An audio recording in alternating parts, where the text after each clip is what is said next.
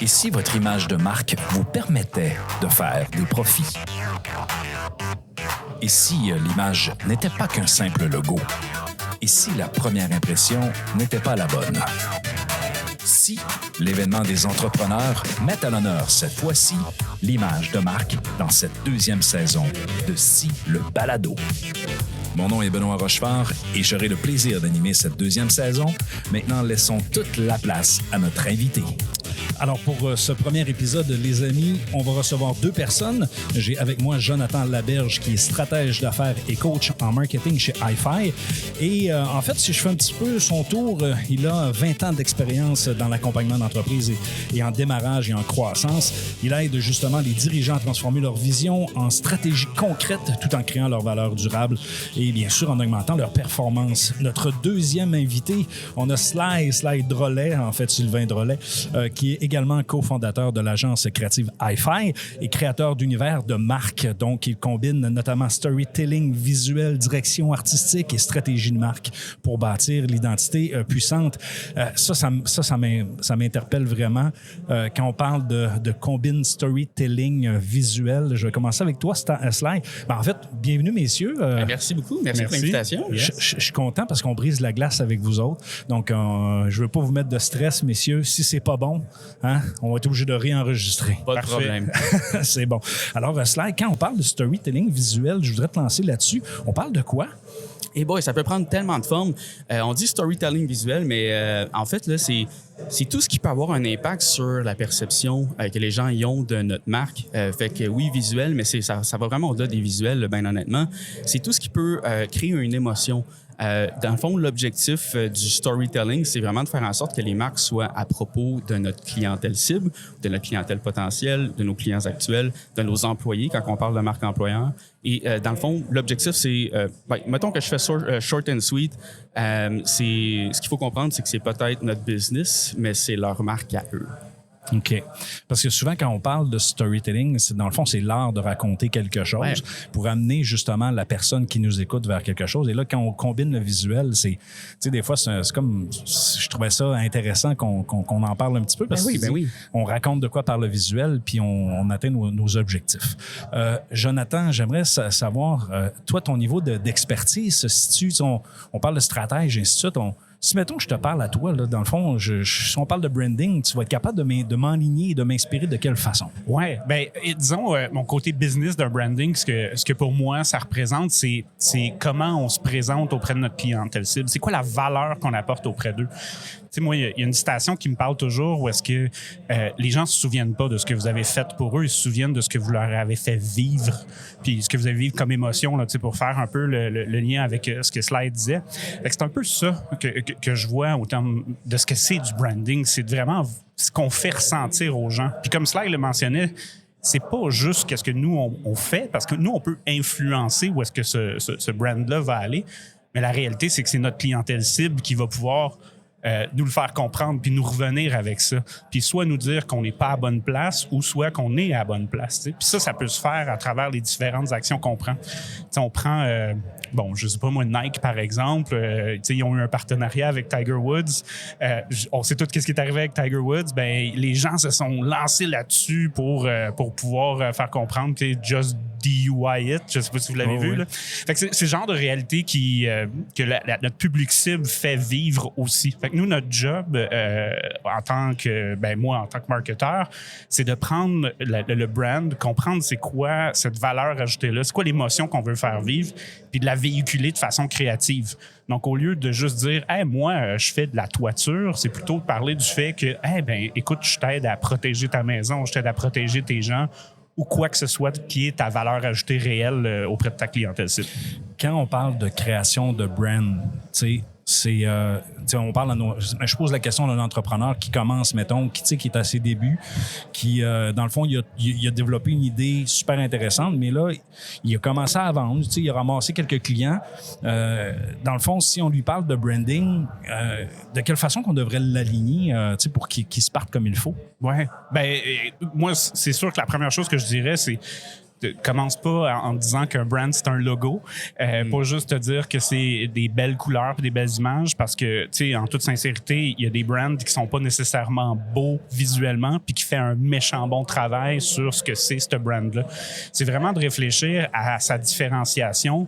Puis on est qui, nous, en tant que meilleurs au monde dans ce qu'on fait? C'est quoi qu'on veut faire vivre? Parce que c'est ça qui va créer des ambassadeurs avec nos clients. C'est ça qui va faire que notre réputation va aller de plus en plus loin puis que ça va faire du chemin. Ben, en fait, ce qu'on se rend compte, en fait, c'est que la première chose qu'on fait, c'est de voir un peu c'est quoi leur perception du brand, parce que, tu sais, branding, bon, l'image de marque, c'est souvent mal compris. Puis, en fait, on a l'impression que ce qui cause ça, c'est le mot image dans image de marque. Les gens pensent qu'ils, justement, comme Joe disait tantôt, j'ai un logo, j'ai une image de marque, mais non, en fait, l'identité visuelle puis tous les éléments du storytelling, justement, vont aider à bâtir l'image de marque. Fait qu'on vient un peu comme brasser tout ça pour s'assurer que soit on est à la bonne place ou pas, puis on va faire des moves en conséquence basés sur ça. Je me permettrais d'ajouter aussi que cet entrepreneur-là, je m'assoirais avec lui pour comprendre ses objectifs d'affaires avec sa business. Parce que on l'oublie tout le temps, mais c'est la base de où est-ce qu'on s'en va. C'est-à-dire, on a-tu un objectif de valoriser notre business dans le but de la revendre? On a-tu l'objectif d'en vivre, puis juste avoir ce qu'on appelle un lifestyle business, donc quelque chose qui nous permet de vivre, puis qui est comme notre patrimoine jusqu'à temps qu'on décide de prendre sa retraite, si on la prend. C'est rare, des fois, en tant qu'entrepreneur. Oui, des fois, c'est difficile d'arrêter. Puis, fait que, tu sais, juste ça, où notre objectif, en fait, c'est ça. C'est quoi notre objectif? C'est-tu d'avoir une croissance? C'est-tu d'avoir ce qu'on appelle un hockey stick en termes de croissance? Est-ce qu'on va aller chercher des investisseurs ou non? Parce que toute cette réalité-là va avoir un impact sur nos priorités en tant que brand. C'est-à-dire que si on veut créer de la valorisation, le brand prend une grande partie de cette valorisation-là. Donc, on va travailler en notoriété, on va travailler à faire connaître notre brand, aller attaquer des nouveaux marchés par rapport à un lifestyle business où est-ce qu'on peut être juste un petit peu plus transactionnel avec notre brand, d'y aller d'une façon peut-être même plus locale qu'à plus grand... c'est quoi les marchés qu'on veut attaquer, etc. Avant même d'aller du côté du brand, prenons le temps de comprendre c'est quoi vos objectifs d'affaires. Puis trop souvent, les entrepreneurs oublient de faire ça. Si on veut m'acheter, je verrai. Non, si on veut être acheté, il y a vraiment une stratégie à mettre en place pour le faire. Évidemment, il y a plein d'exceptions qu'on peut dire, mais c'est des exceptions, tu sais. Fait que, c'est ça. En fait, je pense que ça serait la base. Tu sais, dans le fond, si je résume un peu notre premier segment sur le branding, c'est que le branding, c'est pas un logo.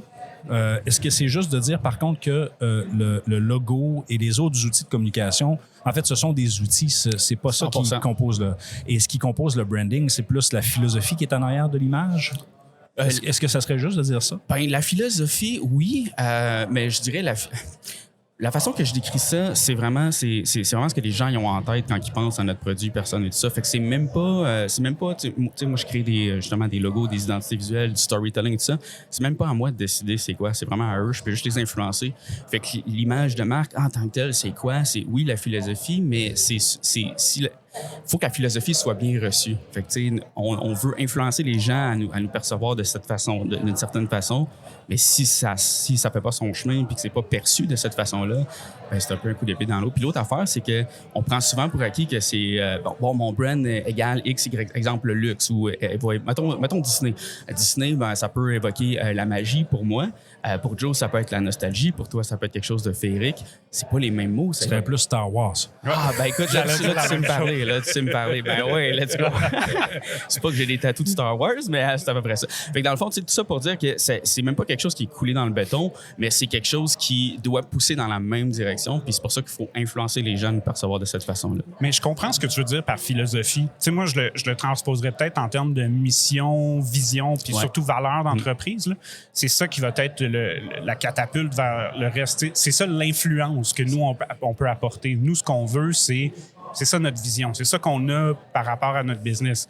Après ça, est-ce que c'est conséquent puis notre clientèle cible veut? Ça, c'est une autre histoire. Mais ça, il y a quand même une décision, je pense, importante là-dedans parce que on a comme deux philosophies. On a la philosophie des gens de marketing et communication sur le brand. Puis tu as les gens de management qui, eux, vont intervenir puis vont dire on va créer mission, vision, valeur, mais qui ne tiendront pas en considération. Là, c'est sûr, moi, je suis un convaincu là, de branding et ainsi de suite. Et pour avoir été consultant, j'ai vu cette différence-là des gens en management qui, des fois, n'en tiennent pas compte. Puis, tu sais, souvent, quand on entend marque employeur, quand je vous entends parler de branding puis de rattacher ça à la mission, vision, valeur, moi, ça me parle parce que je me dis, effectivement, je pense que les entrepreneurs doivent, là, si je suis dans l'erreur, messieurs, corrigez-moi, mais je pense qu'ils doivent absolument tenir compte de justement l'image véhiculée, la communication, ça devient un incontournable, d'autant plus qu'aujourd'hui, avec les réseaux sociaux, c'est rendu le Far West et il y a plein d'images, il y a plein d'informations qui est véhiculée. On est quand même à l'ère de la désinformation, je pense, aussi sur, avec les nouvelles intégrations. D'ailleurs, je vous amènerai un peu là-dessus, messieurs. Vous pensez quoi de justement cette facilité-là à communiquer avec différentes plateformes? Parce que, revenons juste, il y a de cela peut-être 15 ans, les moyens de communication n'étaient pas ceux que l'on a aujourd'hui. L'accessibilité n'est pas celle que nous avons aujourd'hui. Et là, on voit plein d'images, plein d'affaires qui pop-up puis qui pognent, mais c'est pas nécessairement professionnel, c'est pas nécessairement wow, c'est pas... Vous pensez quoi de ça, de ce... Appelons ça Far West, mais plus dans le sens cette liberté d'image qu'on peut vivre sur les réseaux sociaux. Vous pensez quoi de ça? Moi, j'adore ça. Je trouve que ça permet de faire le filtre sur le côté authentique, réel des marques. Tu sais, je sais que j'arrête pas de le répéter, là, mais nous, on a... Tu sais, pour moi, la base, là, notre réputation, notre brand, là, qu'on prend le contrôle ou non, elle va exister. Là, on a le choix. Soit nous, on peut essayer de l'influencer puis faire que ce brand-là prend la direction qu'on pense qu'elle devrait prendre par rapport à juste laisser le contrôle à notre clientèle cible de le faire. Fait que il y a ça, puis ben j'aime ça, moi, le côté authentique, justement. Je pense que les gens sont plus rendus dupes. Là. On est rendu dans une espèce de maturité. Là, si on veut, là, tant au niveau marketing, image que tout le reste, si on fait juste présenter quelque chose de promotionnel, léché, mais qui est complètement faux ou vide, on va se le faire ramener sous le nez assez rapidement. Tandis que si on a quelque chose qui est peut-être un petit peu plus authentique, disons, là, sans vouloir, qui est peut-être moins léché au niveau de la façon qu'on le présente, mais qui représente réellement notre marque, on va avoir beaucoup plus d'efficacité, on va aller chercher beaucoup plus de traction. C'est ça que les gens recherchent là, avec les réseaux sociaux, puis ils veulent une connexion avec notre entreprise, puis c'est ça que ça fait un brand bien monté, là, puis si on est bien influencé, puis vraiment connecté avec ce qu'on offre comme valeur ajoutée, c'est ça la différence, là, puis c'est ça la beauté, je trouve, des réseaux sociaux. Là. De mon côté, je suis à la même place, puis en fait, je trouve ça beau, je trouve ça vraiment beau parce que ça permet de créer du storytelling, justement, de différentes façons. Puis je trouve que ça ouvre des portes aux startups puis aux entreprises qui ont moins les gros budgets TV, puis les affaires classiques qui coûtent qui sont pas mal plus dispendieuses. Puis tu sais, je sais pas pour toi, mais moi j'aime bien ça, aller interagir, faire partie des live streaming des entreprises, puis ça me permet de connecter vraiment encore plus avec les marques parce que il y a un feedback, c'est pas juste un one-way communication. C'est une conversation qui se passe des deux côtés, puis ça, je trouve ça vraiment, vraiment puissant. Fait que juste pour ça, c'est un gros plus pour moi. À ce moment-là, messieurs, comment est-ce qu'une entreprise peut rehausser sa marque? Ça, on parle de réseaux sociaux, mais on parle aussi de communication. Je retiens un mot, Jonathan, de ce que tu as dit, authenticité. Comment est-ce qu'on peut amener cette authenticité-là aujourd'hui en créant une marque, puis aussi en ayant ce volet léché aussi, parce que veut pas, il y a comme un stade, là, je pense, dans l'évolution des marques. Tu commences, je donne un exemple, moi j'ai travaillé sur un balado, j'avais un logo X, puis après ça a évolué, j'ai un deuxième logo, une nouvelle image, et ainsi de suite, puis là, je fais évoluer ça dans ce branding-là. Dans cette évolution-là, dans le fond, à quel moment on pourrait arriver et dire on vous appelle, les gars de Hi-Fi, pour dire on a besoin de vous autres pour prendre un step plus loin? Oui, bien, en fait, il y a quelque chose de super intéressant. Je m'excuse, je ne vais pas répondre à ta question tout de suite. Là. J'ai tendance à faire des parenthèses dans la vie. Il n'y a aucun problème. On a du temps. On aime les build-up. Mais ce que je trouve intéressant, j'aime faire la corrélation avec, je ne sais pas si tu écoutes, mettons, American Idol ou des choses comme ça. Là. Oui. Bon, tu vois la personne qui est peut-être pas maquillée comme un professionnel, qui n'est pas habillée comme un professionnel, puis là, elle arrive puis elle chante comme personne d'autre. Là, on compte tout pour elle puis on veut qu'elle réussisse. Mais ce qui arrive après, c'est ça tombe, là, tu sais. Fait que le côté authentique, il est là au départ, mais après, on a une job pour maintenir cette authenticité-là, puis on a une job à maintenir au niveau de la valeur qu'on apporte pour que les gens restent attachés à nous. Sinon, on devient juste comme de passage, tu sais. C'est une mode où est-ce que c'est cool d'être avec nous et tout ça. Je pense que, bon, fait que là, pour répondre à ta question, je pense qu'il y a différentes étapes où est-ce que Hi-Fi, on peut aider. Tu sais, je pense qu'il y a l'étape de base à toi, en tant que business, c'est quoi tes objectifs? Qu'est-ce que tu veux atteindre avec ton brand? Puis c'est où tu t'en vas dans tes prochaines étapes pour qu'ensuite, on puisse t'aider à le monter. Donc, si tu n'en as pas, on va pouvoir t'aider à en monter un basé sur tes objectifs d'affaires puis la valeur que tu veux créer puis comment tu veux influencer le marché. Ou tu en as déjà un, mais tu sens que l'attraction n'est pas là, il y a quelque chose qui manque. Ta proposition de valeur est peut-être basée sur « on a un bon service client » ou on fait telle chose », ce qui, en ce moment, ne marche plus. Là. Ça ne crée aucune connexion avec notre clientèle cible d'arriver en disant juste qu'est-ce qu'on fait ou d'avoir des choses attendues comme avoir un bon service client puis on a de l'expérience puis on fait un bon travail. Tu sais. Donc, si je comprends bien, c'est que à partir du moment que tu as un hype, après ça, dans le fond, la différence entre quelqu'un qui fait affaire justement avec des professionnels puis qui a une stratégie puis une réflexion qui est en arrière, c'est la différence, c'est souvent que ça va... Si t'en as pas, tu vas tomber. Ouais. Ça va être un hit one hit Wonder. Yes. Excuse me. Attendez, j'ai pas terminé. Donc, juste un hit. Et dans le fond, quand tu as une stratégie, ben, tu es capable de construire un peu là-dessus. Oui, puis de la faire perdurer. Tu veux un brand qui est périn puis qui évolue avec toi aussi. Tu sais, c'est ça. Mais comment est-ce qu'on crée de la valeur avec un brand et avec une marque? Parce que, en fait, comment est-ce qu'on la crée? Puis cette valeur-là, mais comment est-ce qu'on la vend aussi par la suite? Parce que des fois, tu te dis, si c'est une personnalité qui est, l'image, le brand est alentour d'une personnalité, des fois, il faut que tu vendes la personnalité avec, ou la personnalité, c'est le chef d'entreprise. Comment est-ce qu'on fait pour différencier ça, messieurs? Je trouve qu'il y a plusieurs questions là-dedans. Dans le fond, il y a plusieurs volets à couvrir. Je trouve ça cool. Fait que si jamais j'ai oublié des morceaux, tu relance-moi. Pas de problème. Dans le fond, là, je pense que les gens ont tendance à vouloir se lancer directement en conversion, en publicité de conversion et tout ça, parce qu'il y a un retour financier direct. T'as raison. Il y a quelque chose de... C'est straight to the point. Mais c'est souvent ça qu'on enseigne en passant. Oui, exact. Parce que tu dis, si je fais du marketing, faut que j'aie un retour. Dans le fond, il faut que j'aie un call to action. Exact. Si j'en ai pas, ça reste de la communication, de la notoriété. Donc, ça. la notoriété, c'est bon pour le brand. Vous me corrigerez encore là si je me trompe, parce que vous êtes des experts. Si j'ai pas le retour, il y a comme un stade aussi pour faire de la com, puis il y a comme un stade aussi pour avoir un retour sur investissement. Donc, excuse-moi, Ben non. Anytime. On est toujours bien sur ton show. Mais dans le fond, tu sais... c'est ça, le bout de notoriété, il est souvent, les gens, ils sont comme, je veux pas trop me lancer là, il n'y a pas de retour direct. Mais la réalité, là, puis j'aime ça parce que je fais souvent l'exercice quand je donne des conférences, quand je donne des pitchs, je suis comme, veux-tu m'épouser? Je regarde la première personne que je ne connais pas, puis ça répond. Tu sais, ils font une farce un peu de tabarnouche. T'es célibataire, parce qu'il y en a peut-être quelques-uns. Non. Ou quelques-unes.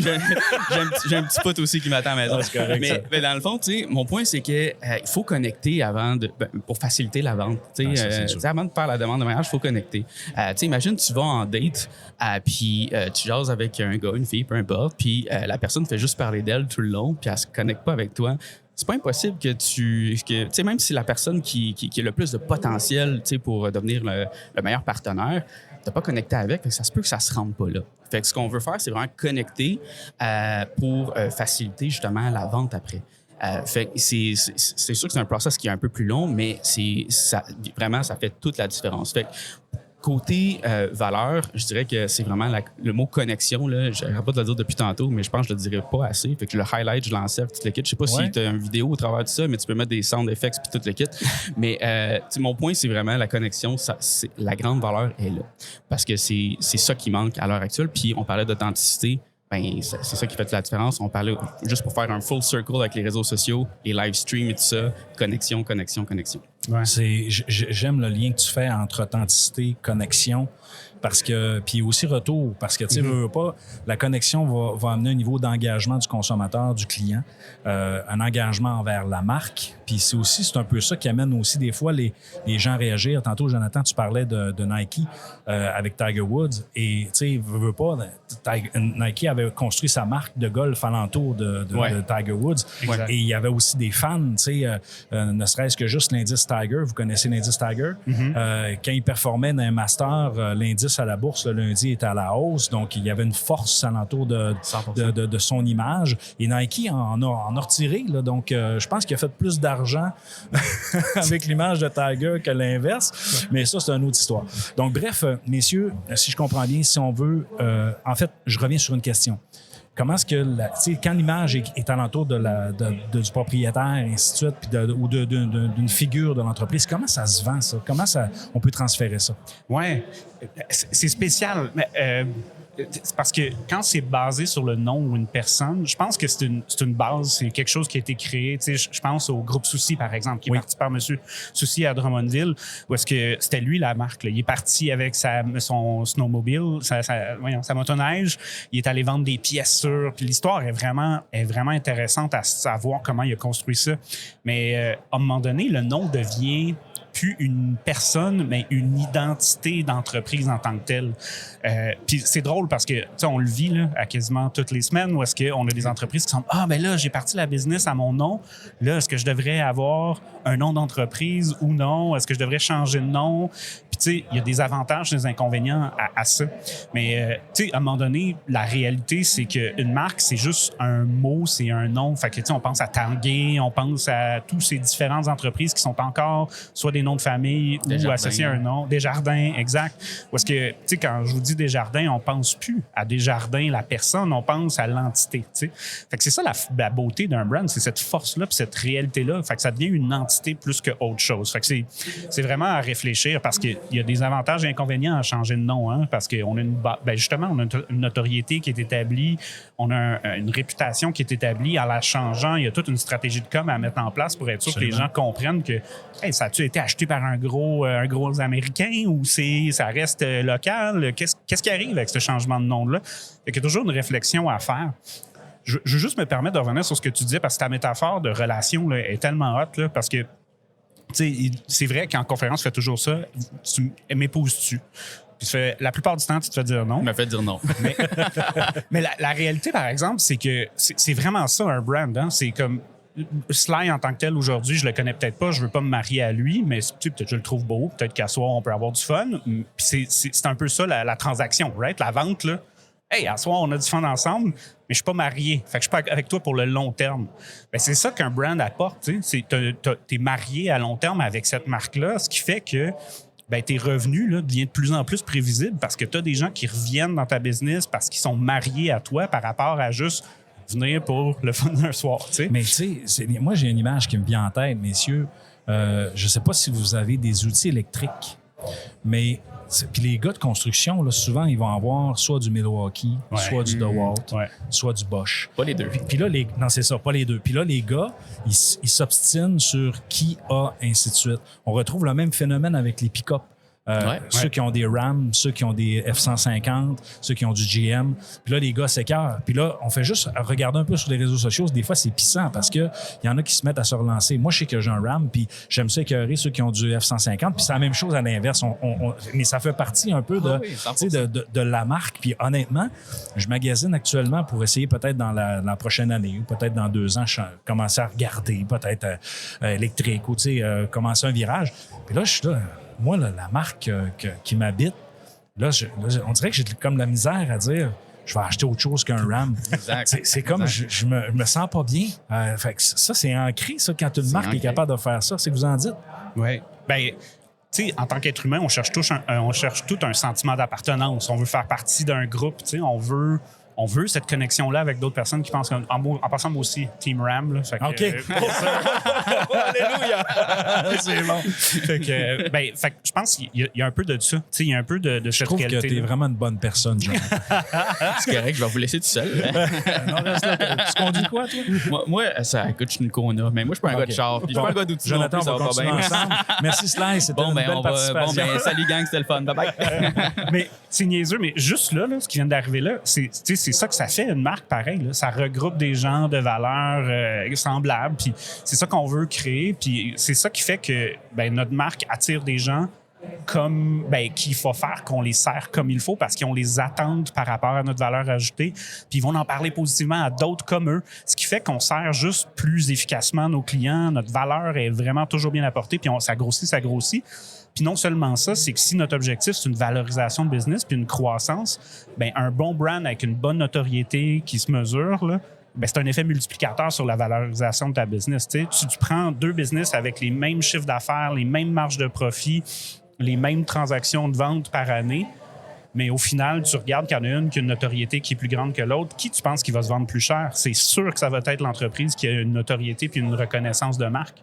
Fait que, ouais. Ça m'amène avec une dernière question technique pour vous autres que je pose à toutes les personnes qui vont venir dans le balado durant ci.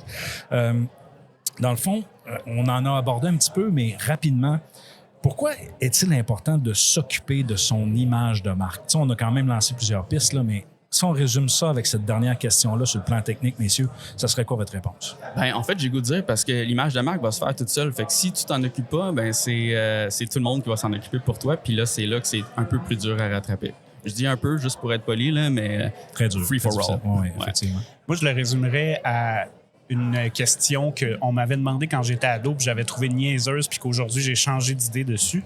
C'est la fameuse question de s'il y a un arbre qui tombe dans la forêt, puis il n'y a personne autour pour l'entendre, est-ce qu'elle a fait du bruit? Puis quand j'étais jeune, le gars qui était trippé maths, sciences, puis je disais, ben oui, l'arbre, il a tombé, ça a fait des vibrations. Il n'y a personne qui l'a capté, mais oui, ça a fait du bruit. Mais la réalité, c'est que s'il n'y a personne pour l'entendre, là, le bruit, il y a quoi comme sens? Y a-tu vraiment eu un effet et tout? Fait que c'est un peu ça que je dirais. Si ton entreprise, tu fais pas ce bruit-là, puis il n'y a personne qui entend le bruit qui est autour, as-tu vraiment eu l'effet que tu voulais? T'sais, y a-tu quelque chose qui perdure avec ça? Fait que je pense que c'est là l'important. Là. Des fois, on a peur aussi là, de se péter les bretelles puis de montrer notre valeur ajoutée et tout. Là. Je pense que si on est vraiment authentique, puis on parle, puis on communique sur notre valeur réelle ajoutée puis l'émotion qu'on fait vivre, là, on n'est pas bullshitter, on fait juste mieux le communiquer puis mieux le transmettre puis faire « Hey, toi aussi, viens faire partie de notre gang, viens dans la gang de Ram. » tu sais. C'est bon, j'aime ça. Beau, hein? Messieurs, vous êtes très disciplinés, vous êtes super bons. J'aimerais ça jouer un petit jeu avec vous autres en terminant. Ça vous tente dessus? Ben, certain. Donc, on sait que là, l'image, on a parlé beaucoup d'images, de brand, et ainsi de suite, mais il y a aussi l'image sonore qui joue un impact, je pense, aujourd'hui. Puis même, en fait, depuis que la radio a été développée, je pense, donc je vous ai préparé un petit jeu, messieurs. Écoutez ça. Le son crée une image. Il est temps de jouer. À quoi ça te fait penser? Donc, messieurs, je vous ai préparé un petit jeu, un petit peu, je ne veux pas dire quétaine, mais c'est un petit jeu pareil. Je voudrais tester vos facultés à déterminer les marques. Je vous fais jouer un son et vous me dites quelle marque que c'est. Et vous allez voir, je vais commencer par un très, très, très, très, très facile. Netflix. J'allais dire le clan Panton. Ah, ça, c'est drôle. Non, mais quand on entend ça, Ouais. Ah, 100%. tout le monde le connaît. Un autre très facile. McDo. Ouais. Oui, McDonald's, effectivement. Je vais aller dans un plus difficile un petit peu. Fox. C'est 20th Century Fox. Ouais. Exactement. On va laisser finir. Ah, mais on profite de ça, c'est excellent. On dirait que ça sent le popcorn. Là, tu sais. Mais quel souvenir, hein? Ah, c'est fort à chaque fois. Je vais tester un peu plus. On tombe dans le plus difficile, un peu plus segmenté.